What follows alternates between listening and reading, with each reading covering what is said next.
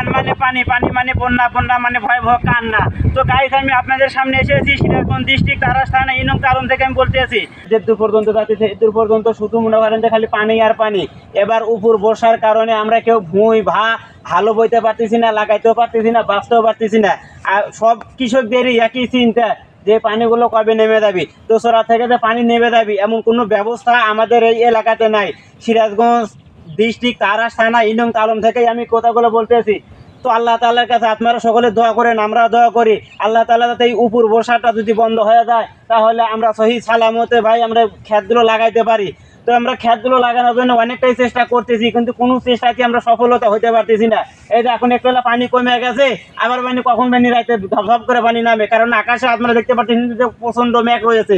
দীর্ঘ 7 দিন যাবত ধরা একই টানাভাবে বৃষ্টি হতেছে।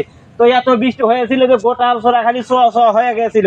এখন একটু কমেছে, এখন আমরা একটু হাল নামানোর চিন্তা ভাবনা করতেছি, কিন্তু জানি না কখন বেনি আবার হাল তোলাইয়া যায়। তো এই জন্য সকলে দোয়া করি, আপনারা সবাই দোয়া করেন আমাদের জন্য, এবং যারা ভিডিওটি দেখতে পাচ্ছেন অবশ্যই একটি করে সাবস্ক্রাইব এবং কমেন্ট করে দিবেন।